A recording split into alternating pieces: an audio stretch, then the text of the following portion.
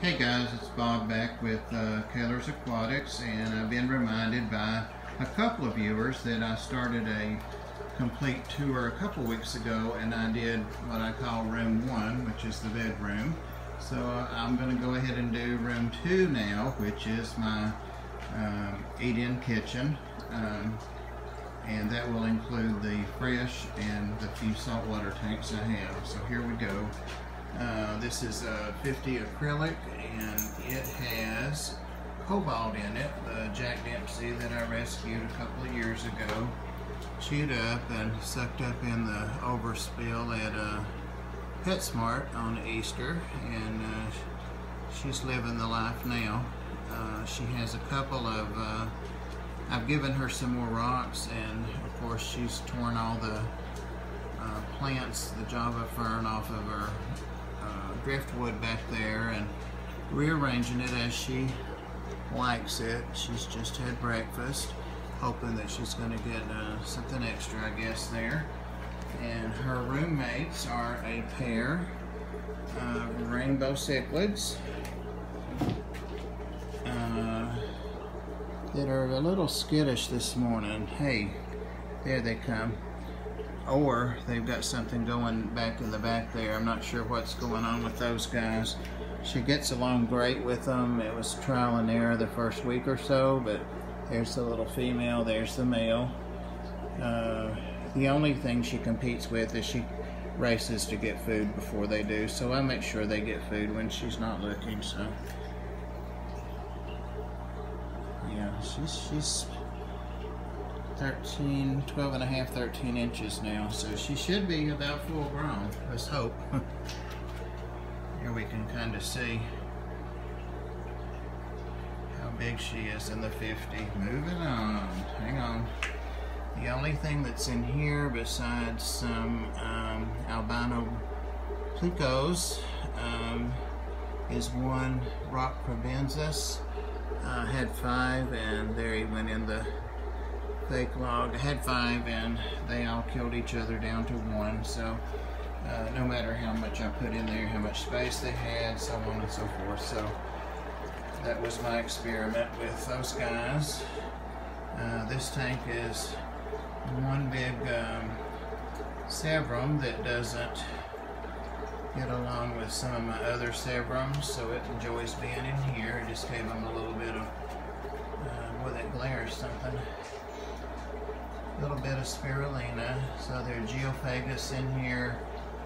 Lots of tetras, which are the silver dollars. They're the African tetras that I got from Wet Spot not long ago to go with my single one. And also a tetra I got from Dan, a lone tetra. It's in there. It's kind of in the glare there. Obviously marked differently, but he hangs out with them, so they've adopted him. Angelfish, got some cool eels in here, 2 of them, and they get along as long as they stay on their respective ends. Got some ancient cories in here. I've had a couple of my cories dying off, and I think they're just old. These guys are probably 10 years old, 8 or 10 years old. I said geos. I think that's about all we have. Severum. Don't see the other eel. And it's probably, there it is.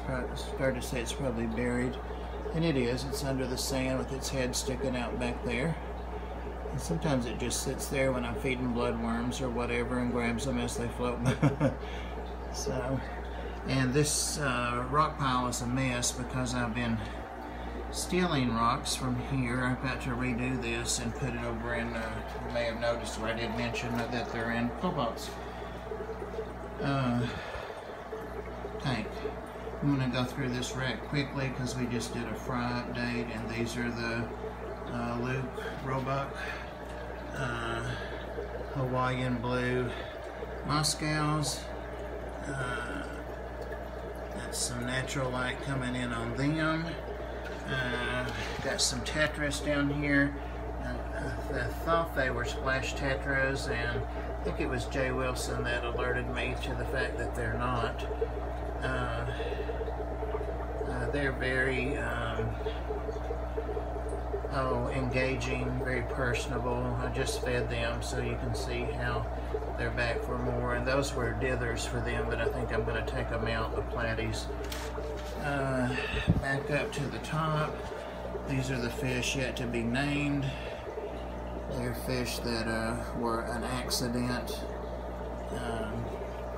Lots of fry from them. I don't know if we can see them, they're so tiny. There we go. Lots and lots and lots of fry. They're in the wisteria. And actually a couple of different age drops, but we already did the fry. And this tank is primarily for the Santa Maria, let's go to focus there, Santa Maria Endlers from Dan's Fish.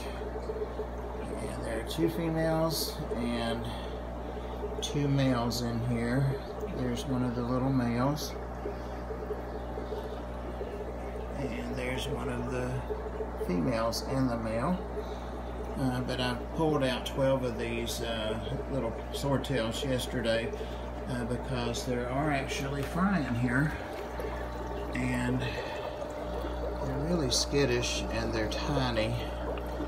But I made sure they ate this morning. They had some first bites and some cyclops. And I don't think they're quite big enough to eat Daphnia, frozen Daphnia. But they are in there. So I'm going to pull some more of the little swordtails. This tank is just grow out for snails. Basically, it's also got lots of Java moss. It's got a couple of plecos in here that are bristlenose, but they're unusual colored or colored differently, and it's not showing that there. So got a couple in here, hoping that they'll give me some more plecos. And then of course we're back to the lip roebuck,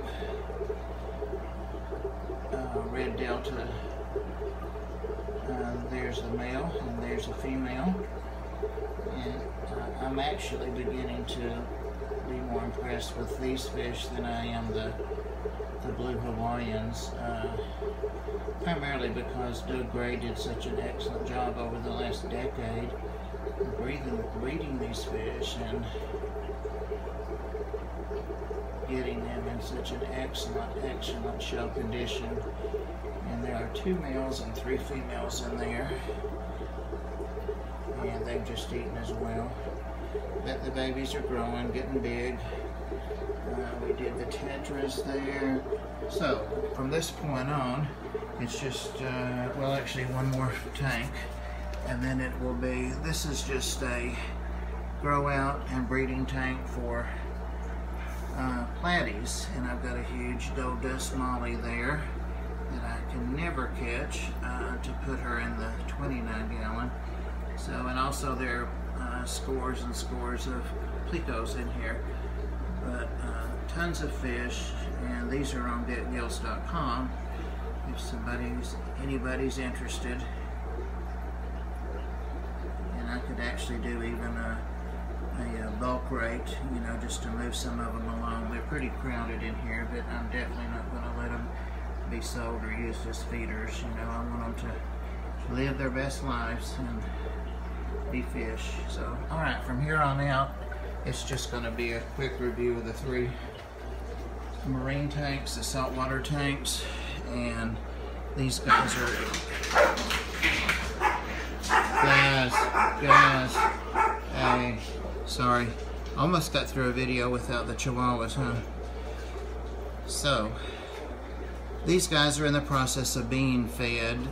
Feed them slowly a little bit, and that's my newest fish, and I should be able to pronounce the name, but I can't. But it's a black and white something, and I just love it. It's doing absolutely great in here, and everybody's doing well. You know, I was treating this tank, and we'll probably take it off this weekend of copper treatment, because I saw on one of the tomato clowns, the big one up top, the female, what I thought was some ick, and may or may not have been, but I wanted to go ahead and get on it. And also it's just good periodically, I do it with all my freshwater tanks, to just worm I mean, they're like dogs and cats, they're gonna pick up things, you know, no matter how careful you are.